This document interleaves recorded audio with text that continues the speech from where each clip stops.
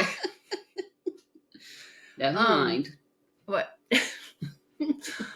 Oh, we're gonna see. We're gonna see how far we get here. It's gonna be good. It's gonna be a good conversation. Okay, Nana, which is Yes. it's our time together. AKA Mom. So I am doing a series on influencers. I know. Okay, and I have deemed you an influencer of mine. Does that surprise you? No. Okay, good. Because I've made it clear that I love you and that you've been an influencer. Well, that and I raised you.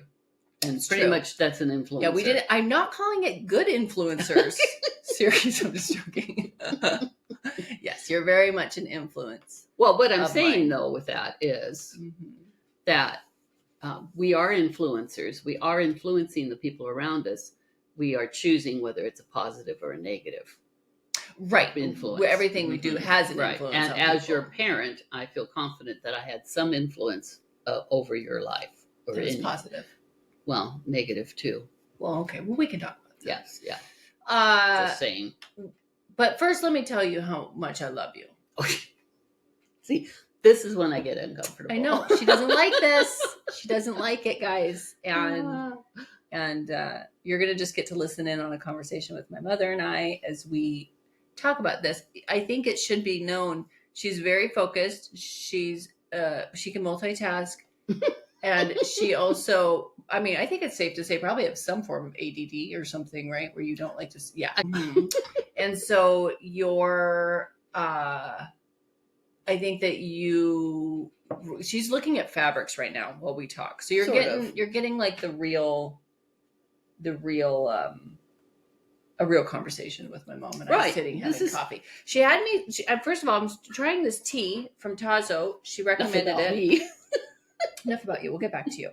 I'm trying to take the focus off of you, which is what you prefer. Is glazed lemon loaf tea. Have you tried this? Because from Tazo. It is delicious. Not sponsored. It is delicious. It is delicious. Okay, so Valerie, you have been an influence in my life, and a very positive one. And I think recently on your birthday, did you even see my note to you in my newsletter? No. You made it to my newsletter. Okay, I'm going to read it to you when we're all done. One of the things that I highlighted, because my little weekly pause came out on your birthday, on February 5th. And one of the things that I noted in there was that you have shown your children what it means to live real life. Well, I think I did read this. Yeah. Okay. Good. I'm glad. Thank you. I never received a acknowledgement. Hey, thank you so My much. apologies. I love you. No need. But I'm wondering if you could tell me where that came from, because you did live real life in front of us. And it wasn't that you always exposed everything going on, because I'm sure there was. So now as an adult, I'm like, there's so much she did not share with us, and that was a wise choice. Good. Wise choice. But like, what led you to sharing as authentically as you did with your own children and taking us kind of on the journey with you through those years? Well, one of my frustrations in growing up was the poor communication in my own core family. And I do believe even over that God has put in me a spirit of communication or honesty or genuineness, whatever you want to call it, that is that's often a very powerful motivator for me. Like, you don't do well with facade. No, I don't take flattery well, and or even genuine compliments. We don't know where I get it from, because it is odd. Because I don't trust it. I function. I knew at a very young age in school, I didn't like teachers who were really nice. I liked the teacher who was clear cut, decisive, and blunt. Hard and blunt. And not that I liked them over the other necessarily. I was more comfortable in that environment. You felt in your lane when you were. So in raising my own children, and the other thing that I got from my parents, specifically from Mom, and Dad too, we just never asked him any questions, But if you did ask a question, you got a direct answer. Mm-hmm. Mm-hmm. So with my own children, I just kind of allowed your natural growth process Mm-hmm. to dictate when you started asking questions about certain things that if you were curious, then you were thinking about it, and I needed to be honest with you about it. So I think that's a valid, really important thing, because I always felt safe that if I asked you, I would get a direct answer, which is right. And that is one thing I know with Mom in particular, that I could come home from school and say, this happened in school today, and she would be honest with us about it. But, it's odd. I'm thinking about it now, and I'm thinking I very often wouldn't ask you the question because I didn't want the direct answer. I just realized. Oh, that's interesting. Just realized, interesting. Honey, thank you. That's such a sweet compliment. Yeah, that's my way of complimenting you. Like, she's going to be too honest with me, so I can't. I think that last time you were on the podcast, you have been on one other episode, but we talked a lot about like real interview questions. But one of the things that you have worked through, managed, struggled with is anxiety and depression. That's something, and I think we've established really anxiety, and from that would come depression, right? Okay, right. Yeah. So through that process, your influence on me, I think that you were going through a very hard season. And by the way, it's been most of my life. It was my whole life. 45. So it's been 42 years. Oh, I never knew that. Well, it would have been 40, when you and Dad 41 years. 41 years. Okay, when you and Dad started to split. Josh was 3, you were 4. Okay. And so, that makes a lot of sense. I wonder what it would have been like to know you before then. How do you feel like you've changed? I like myself better now. Ooh, I love that, Mom. I love that, because that's on the other side of the struggle.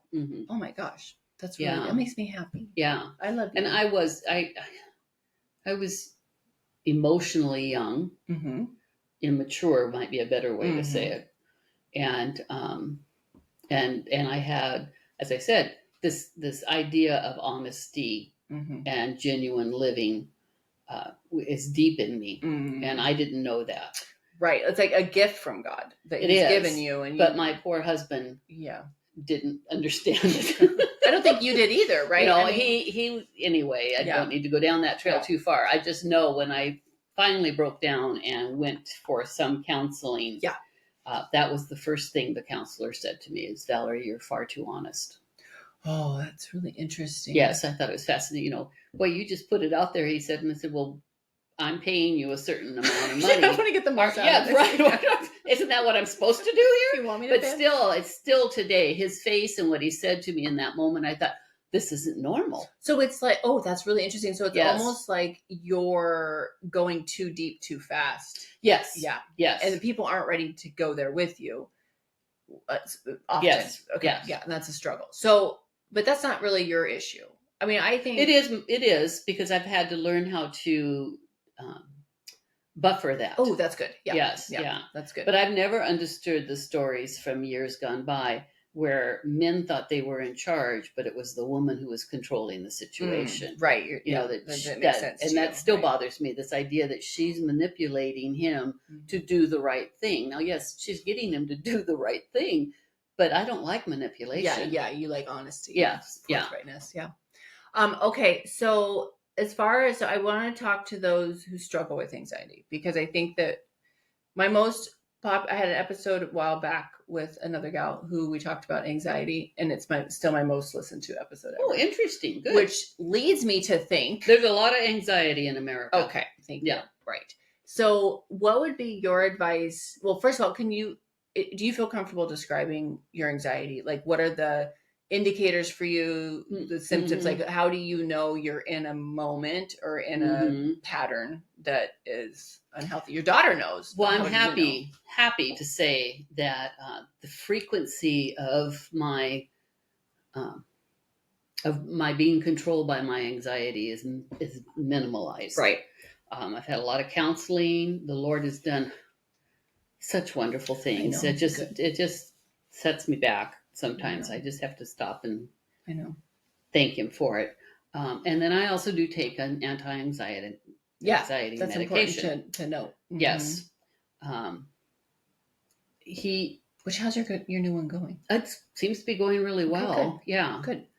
That was a big change after 20 years of the same one. It took me a long time to recognize my triggers. One of them is people who speak critically, who even in just general conversation, if I can overhear someone just saying nothing but negative things about others, then I do not tolerate it well. I stopped watching the news years ago. I want to be informed, but there's just too much. It doesn't help you. It doesn't help me. I can't do anything about it aside from praying, and I pray constantly anyway. And so that's it. What I recognize as my triggers is when my brain starts doing the loop. And it's negative thought after negative thought and after negative thought. And to this day, it's embarrassing to admit, but to this day, there will be little moments from my growing up years, more specifically my teenage years, where some odd, awkward thing happened. And I will find myself all by myself having an argument with this person who has gone on with their life. I don't even see them not anymore. Here anymore. Right. Yes. Right. But I'm still looping on that, and I have to. It's like a fixation almost. It is, yeah. So that's when I have to. When I recognize that moment, I turn to the Lord. I confess my sin because I'm dwelling on negative things, and that's interesting. I want to take control of my thoughts, and then I spend a little time listing the good things that God has surrounded me with. So like I'm living in a 1-bedroom apartment, which is in my mind a little overpriced, but I think everybody would say that. Welcome to the Northwest. And I'm kind of scrunched in because I am a creative person. So I've got my sewing corner, my knitting corner, my writing corner. We're here in your space, so it's fun. Yes, right. We won't even discuss what the bedroom looks like. Yeah. So, I am a sleep is just a necessity. It's not just, your real livelihood. Yeah. The other thing is I recognize this is clean for me. I'm so glad none of you can see it. But it's not, Mom, I grew up in your house. This looks lovely and tidy. Oh, thanks, honey. That's so sweet. Yeah. I want to get to that corner but I over there. Still think it's more clutter than it needs to be. Yeah. And so I'm really striving this year. That's one of my focal points, and it's better than it was 2 days ago. To decrease the clutter in my life. Yeah. Because clutter has been for many years evidence of my poor thinking. Ooh, that's really good. Yes. Mom. So your environment is the result of, it's almost like what's going on in your brain is going through in your environment. I'm trying to. I bet I drove you nuts. I drove you nuts. I know. I had to have a clean space. Clutter stresses me out too. So it does. I know that. But it doesn't, it's not that it stresses me out. I think it does in a hidden way, but it is, and I've seen this in many other people I've known through the years, that clutter is a way of putting things off. Ooh, right. Like a procrastination of sorts. Yes. So I would do that, but I have to clean this corner. Right. I would take care of that, but I need like an excuse. Yes. I was going to pay that bill, but it's hidden somewhere under one of these stacks kind of thing. Yeah. So I see that it's a way of procrastinating. Yeah. And also of denying reality. Yeah. And I want reality. That's really interesting because this is really interesting. So you're feeling like your environment, when you're more cluttered, you're probably not in the right headspace. Like I recognize that. Right. And when for me, if I experience clutter, I know that's the I guess the catalyst for me to tidy up, because I can't handle clutter in my space. Like that sounds about right. Yeah. Like it that's my anxiety. I know you keep your home so tidy, and so does Chad. I mean, I respect it and appreciate it. I'm grateful I have a husband that also has tidy home. But it, like, I will literally, like, our kitchen table will have, and I let it go for a little bit with kids stuff and all that kind of stuff. It's life. And I'm comfortable with that. But when I'm feeling anxious in general, and by the way, Mom, I've started to identify it as anxiety. I'm like, oh, I've had anxiety my whole life. I just didn't know I how think to. most people do. It's Right? just whether it's continuous or, Yeah. moments. Yeah. Yeah. But I never, because it looked different than Mhm. yours, Mhm. I never would have labeled it. I'm like, oh, I know what anxiety looks like. It's my mom. Just kidding. I didn't mean it like that. It's all right. I just knew I was familiar with your version of anxiety. And Mhm. for me, I'm like, oh, this is because then what happens to me is the clutter's there. Then I start to, Right. I can't process. And I start to loop, and so like Mhm. my first Yes. step is go Mhm. clean up the clutter. Mhm. Like that's my very first step, and then Mhm. I can start thinking clearly again, which is Mhm. really interesting. I guess we're here to say that not everyone's anxiety looks the same. No, I wonder if it feels the same. Ooh, that's a good question. But I'm sure it has something Mine to get do my with chest gets tight. personality. Yeah, no, my chest doesn't get It tight. doesn't. Okay. No, Oh, I love this conversation. I just get irritable. Yeah, we know. We love you so much. We love you so much. Josh and I always will message each other. We talked to Mom today. And we do it in love because we want to make sure we're Well, looking I'm glad out for you do, because you can check with each other. Yeah. So Am I crazy? Yeah. This conversation. Am I the only one who hears this Yes, sound? but let's talk about, because so that's a struggle you've had, Mhm. and I'm glad you for a shared. lot of years. For a I think lot it of started when I years. was 8 years old.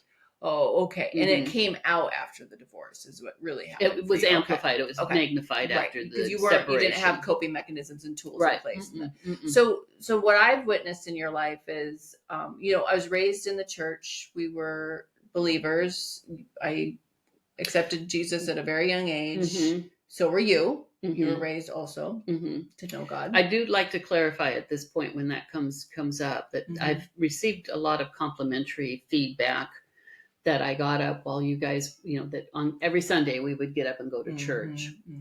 And people have always said, What was that like? Yeah. that how faithful I was, or how. Okay, I need to be clear. That was 1 hour, 1 day a week, where I could be with adults, hear a conversation, the sermon, or and worship, without a child climbing on me. Without, and I worked retail, so I didn't have anybody coming at me to say, this isn't what you promised it would be, or to pounce on me, or to ask me questions I couldn't answer, or to tell me their entire life history before they would get to the question that they. You guys are hearing the impatience. Yes. I don't know why I have anxiety. You can't talk about this anymore. So I am sure that God gave me all of that as sandpaper, but that hour on Sunday morning, I cherished that hour. Yeah. So yes, the Lord met me. It was there. Your sanctuary. It was literally space. The sanctuary was my sanctuary. That's really good. And that's such an honest statement, because and I hadn't even got to my question yet, but like, I know that if there was consistency in there. It was consistent. So I love that God would and I think that's so powerful, is that like, even if it's for this purpose, like this hour, he had you there in his presence. And what I want to reiterate, and I think it's safe to say you and I are, if you've already established, you're very honest, which I love. You guys know where I get it from now.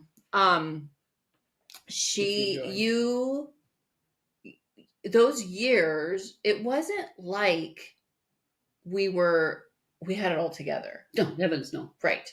And I knew who God was, and I very much, and Grandma and Grandpa were there, and we're very surrounded by so much love, and my dad and his parents, like, we were loved children. We were loved children. Yeah, you were well loved. And what is interesting is that I feel like watching your evolution of it, going from, maybe even what I witnessed was it from you being an hour without a kid crawling on you to him capturing your heart over the years. And that, to me, Mom, has been the biggest influence in my life, that you've exposed your faith walk to us in a way that made it safe to not have it all together. And I think so often, people think that Christians, well, I don't know what people think, but the vibe is that Christians have it all together, or think we have it all together. And the fact is, we actually know that we don't have it all together. Right. We need Jesus. And so what was that process for you of going from the action of faith to like it really being a part of who you are. Because I think people know you today, Mom, as somebody who, goes to prayer first, loves the Lord with all your might, and also doesn't have it all together and needs Jesus every day. So what was that evolution for you? Well, let me give you a little bit of the feedback I get today. One, that I'm not uncomfortable talking out loud to people, being in front of people, praying out loud, that I'm at ease with that. And that I will get in and work, which is, again, that's a family trait. We're all hard workers. So I do get that kind of positive feedback. Actually, as you were forming your question, takes me what struck my mind was the people who have not experienced what I have experienced in church. I know there are people who have gone to church and have been hurt. Yes. And I am so sorry for that. Yes. People in church and out, no matter, it's just people will behave like people, and sometimes we're selfish and we hurt others. What's his quote? Oh, don't put your trust in people. They'll let you down every time. Yes. Put your faith in God. He will never let you down. Yes. Because it's inevitable. That was very, and he had been let down as a person. That was something from his history. And he spot on, absolutely right. When I stopped looking at people thinking they were supposed to be God, and started looking to God, knowing He was God or is God, and freeing me to let people be who, being the fallen creatures we all are, and just being patient with the process. So for me, the process started with 1 hour every Sunday morning, and with no kids crawling on you. With no kids crawling on me. I had bony elbows. Oh, she was such a clingy baby from day one. I am not exaggerating. I couldn't put you down, and I couldn't make it quiet, because if it was quiet, you didn't know where I was. Yes, I liked the vacuum. I would run the vacuum or war movies. If I could find a war movie on television where there are bangs and bombs going off, it was like, okay, this will work. I like activity. Yeah. She likes to be busy. Not changed. So back to my process of having that hour of peace and quiet, meeting godly people who chose to invest in me. Through those years, we attended 3 or 4 different churches. And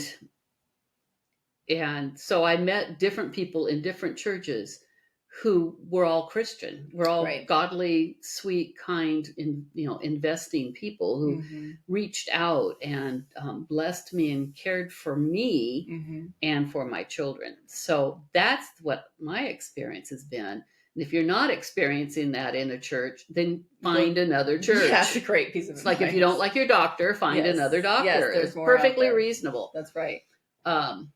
Just make sure it's a Bible-based church. Yep. Anyway, so over time, I was invited to participate in women's Bible study. And so I started doing that. And over time, with each Bible study, we would have a little time of prayer. And I would, just sit there and listen most of the time. And I didn't really participate. I can't even imagine. That's the funniest part to me. Is like, I can't imagine that version of you, because it's so... God can transform us. That's all I've got to say about that. He can. Well, I can't wait to keep hearing this. Yes. It's just like, it's so strange to me to think of you not speaking up during prayer. No. Yes. No. And I would literally, I should pray. The Holy Spirit would stir something. I'd be shaking. I'd get sick to my stomach. I would be, just that whole, your tightness of chest. Yes. Yeah. And then it passes. They're done praying. They're calm. I'd just be ready to say something, and they'd say, okay. And then they'd wrap it up. Fine. And finally I would say amen. How cute. I could get amen out. And one day I had talked to Pastor Roland, and I had described what was happening, and it had built up to the point where I was having these emotional roller coasters in church and listening to the sermon. I burst into tears listening to the sermon. So raw. It was raw. Yeah. It was raw. And he said, the Holy Spirit's working on you.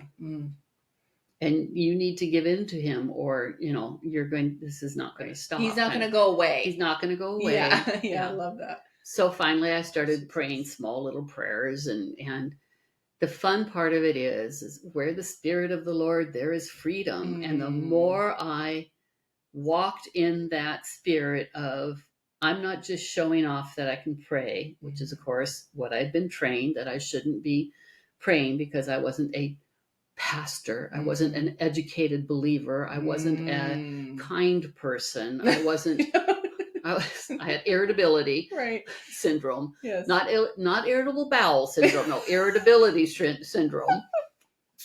What can we call it? Okay, that's what I'm calling it. Yeah. Okay. I had no tolerance or patience with people who whined. Yes. Oh boy. But I did my own whining. Yes.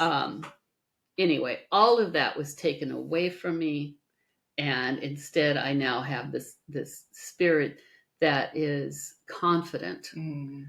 I know the Lord better because I'm in the Word more now than I was then. I have witnessed miracles. I've seen him change hearts and bring hard people to a level of softness that made an open communication possible. I have seen him restore marriages. I've seen him return people to full health. I've seen him take people away with him who I would like to have had here longer, but he took them at the right time for them, and I can rest in that. I've seen all of these things in so many different lives. That's what practicing Christianity should be like. That's right. If you're not witnessing that in the church that you're attending, then seriously, you need to consider finding just another Bible study, Bible study fellowship, or something like that on the side. Even participating in, now I won't think of the name of it. It's not Alcohol Anonymous. Oh, it's the one, that was started by. Yeah, I know what you're talking about. Anyway, it'll come to my brain eventually. So when you hear me yell it out, you'll know I got there. Of it too. Because it introduces you to people who are struggling with life and holding on to faith, holding on to hope, recognizing our own fallibilities, and knowing that we cannot be God on earth. I think that celebrating recovery. That's it. Celebrate recovery. Good job. Celebrate recovery. Look that up.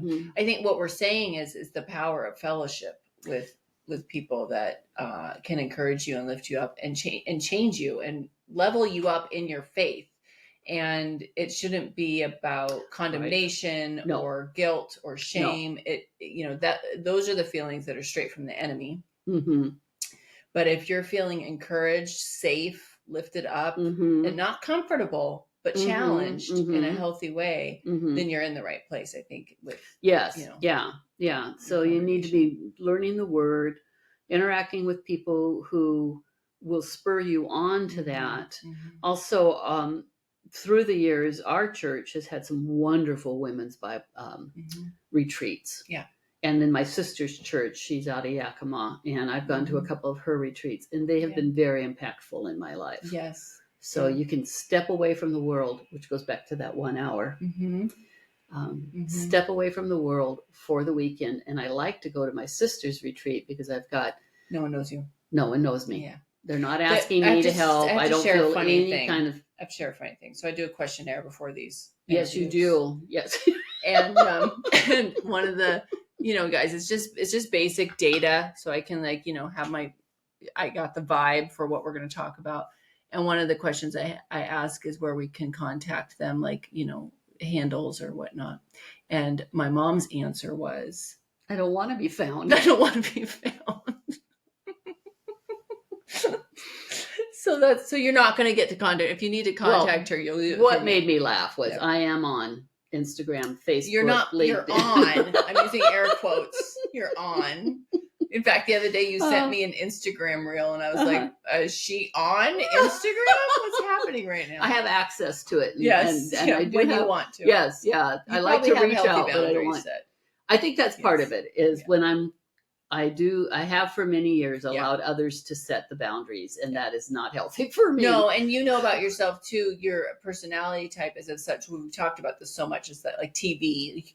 You can become very easily distracted with it. Mm-hmm. One might even say addicted to like being in that moving escapism, right? Pictures, mm-hmm. Yeah, escapism. That's right, Selena. So I think that you know yourself well enough to know that if you're spending too much time in that space, and this is just I think a reminder to all of us, like you have to know what your points of contention are, what your triggers are, what are the things that are going to not serve you well, and you have to be in control of those. So you've got to set those boundaries. And I watched agree. you do that. Absolutely. And it's kind of funny because you shocked everyone when you just cut out cable completely. Yeah, years ago, before it was trendy. The poor kids at the store, because I have to go through a cable company to get my internet here. Yes.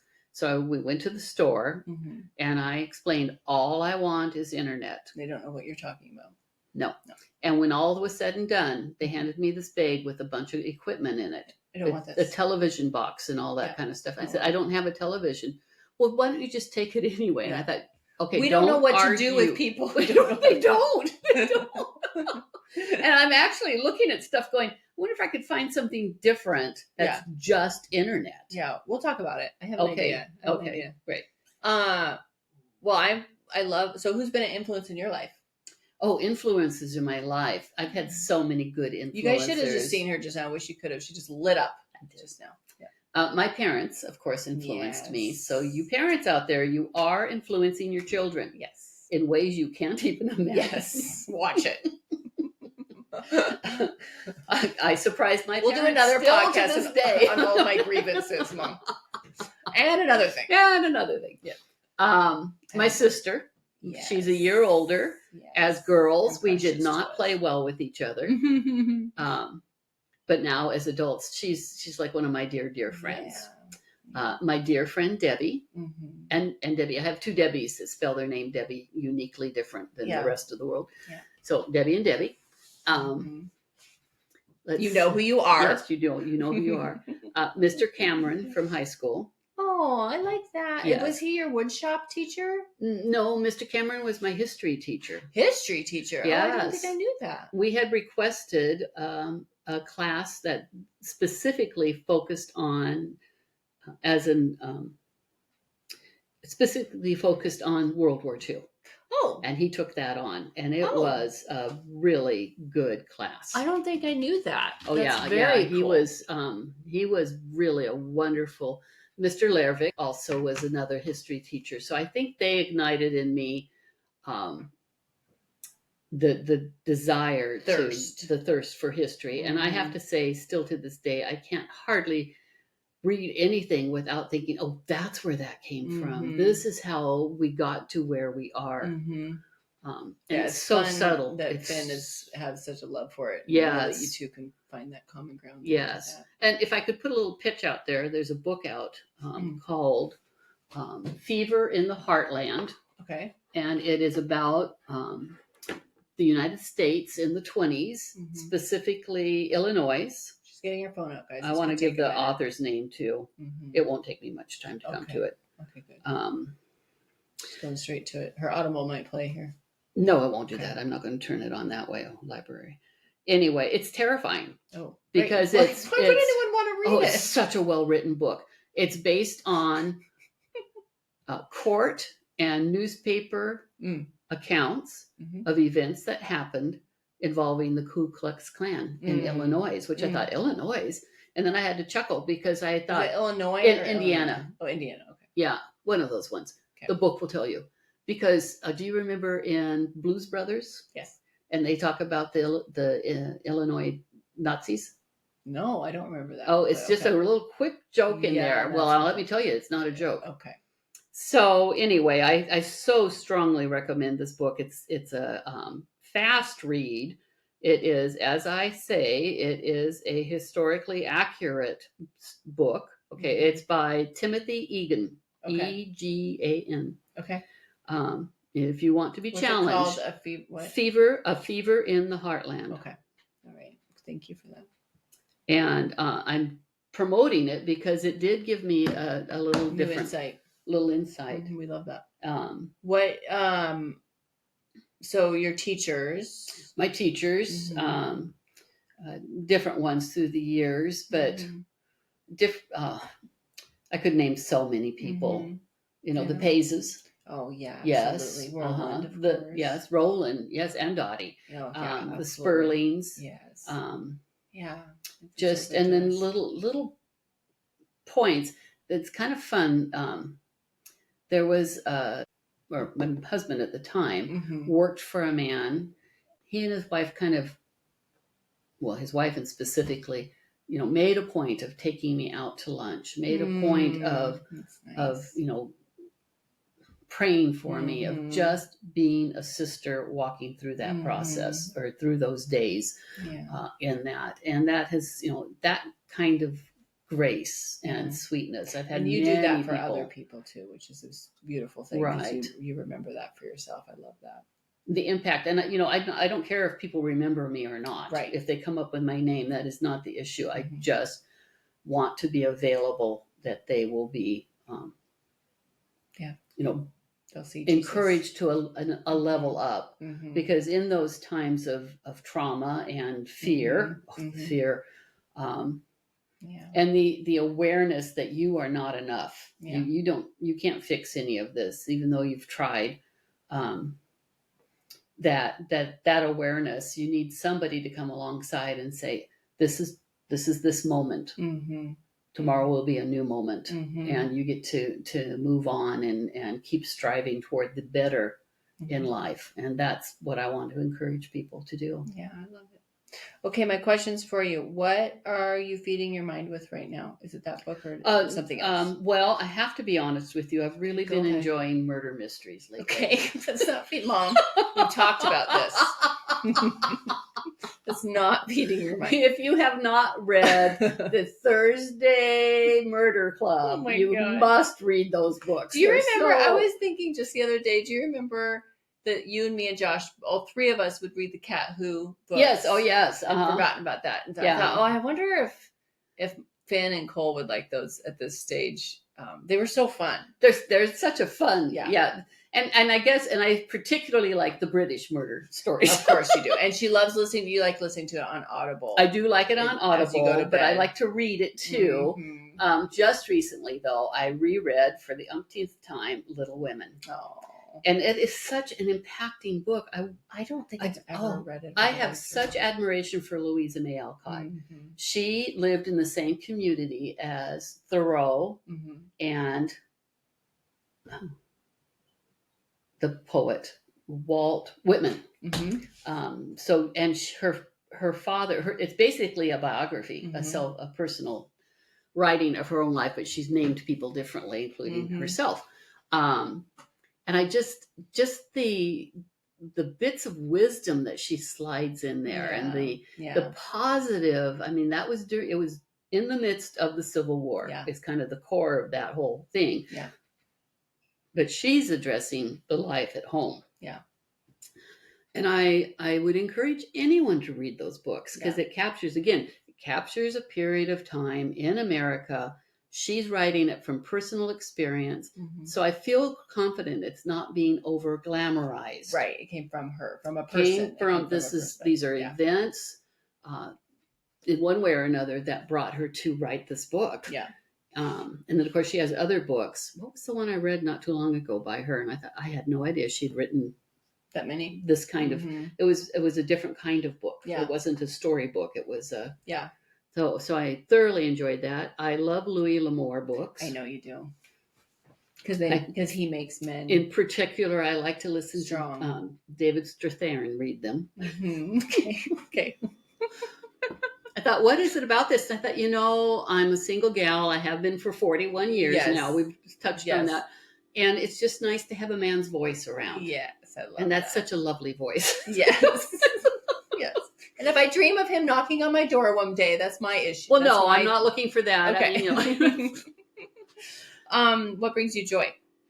my children, my grandchildren. Yeah. I just delight. And also seeing someone grow in the Lord. I get very excited about that. And honestly, I'm just a witness. Yeah. Maybe that's why I get excited about it. Yeah, so that's pretty exciting. Those are those miracles that you talk about. Those are those moments where I know they've grown in the Lord, and they're going to grow more. Yeah. So, what's your favorite way to pause? Oh, that's a hard one for me. I feel like we should pause here and tell everyone that you're always doing. So even if you're sitting, you're knitting. Like you yes move and your no. hands a lot. I do.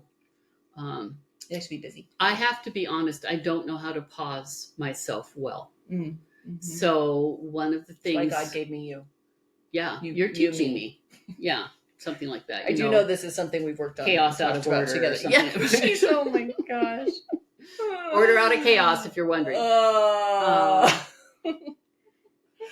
But I have to admit, I've gotten into the habit of taking an afternoon nap. Mm-hmm. But when I'm napping, I'm not thinking, not processing, not doing. So I'm not really positive that that's a healthy pause.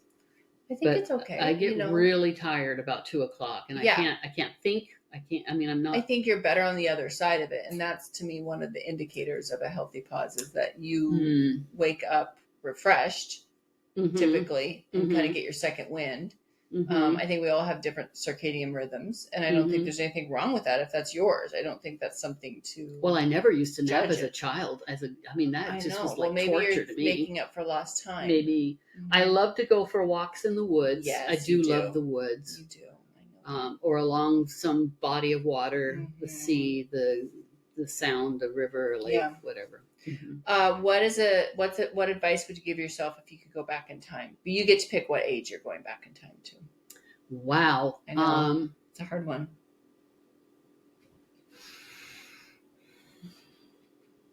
I know.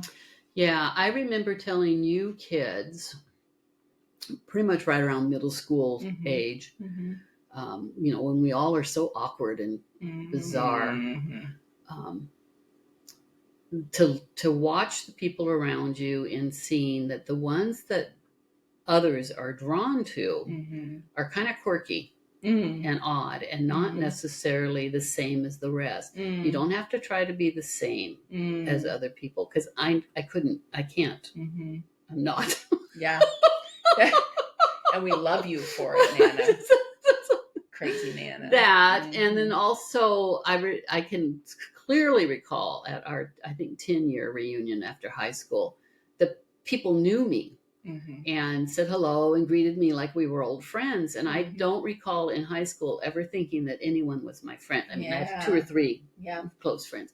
Yeah. And so I wish I had a more expansive understanding of friendship and that kind of thing. I do too. I think that's something when I've looked back, I've thought, I wish, but it is what it is at that age. We know now, right? And so, at that age, it feels so, it feels like everything's has to be decided, and that, and also there is like a kind of survival of the fittest process. It's like, you kind of go with the flow. Yeah. And same thing. I think there's people in particular I would have connected with differently and better. I also just recently talked about, I wish I would have talked about my faith more. I wish I would have leaned into my faith more, but those are all things that God definitely had to walk me through. But I think my friends would have been different if I had shown up different, and society is constantly saying to us that we need to all conform to be normal, right? And there is one thing I approve of after COVID is there is no normal. Yes, it just isn't out there. Yes. It's not. We're all uniquely made individuals. Yes. Yeah. There are similarities and there are differences. Well, and that's something I want to celebrate the differences a little more than the similarities. Taught me that is like, I remember one time in our house, we had this tree that you painted on the wall. Right. And it went down the wall and we had all our family pictures hanging on this tree. And I just remember that being a very special thing. And people coming over would always be like, this is amazing, whatever. And I remember when you were painting it, that I don't know if you remember this or not, but you had like messed up on a certain section or limb or whatever. And you're like, oh, I guess this is where I'm putting the limb now. And you just, you taught me that, which was not my nature. No. Like, you had a plan I ahead had a of time. plan. I liked it laid out, and it would needed to be, let's just call it was perfectionism. And so I think that is who you are. That's who God created you to be, and for a purpose to show the rest of us that, you don't have to be.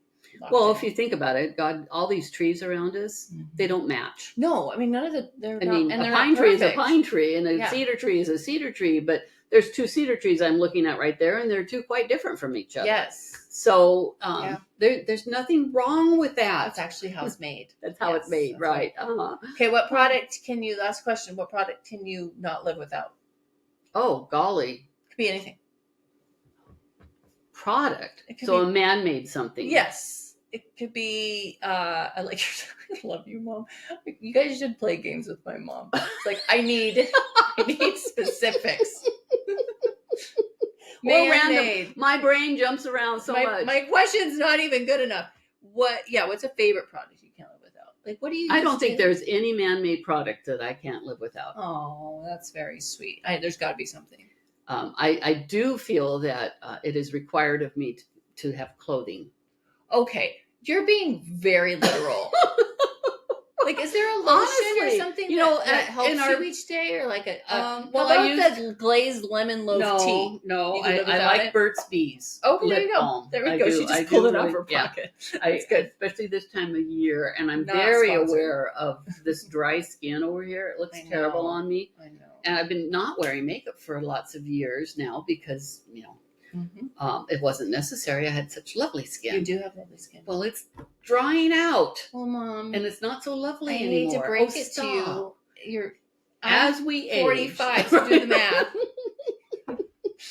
Okay, I love you. I love you too. And I'm glad that you did this with me. And you stopped looking for fabric halfway through, so we got her distracted. Me. Well, I knew I needed to have something. It's like when I teach people to make quilts. You just take a bolt off the wall. Just make one decision. Yes. And then you'll be free to go on from there. Yes, that's exactly right. I love you, Mom.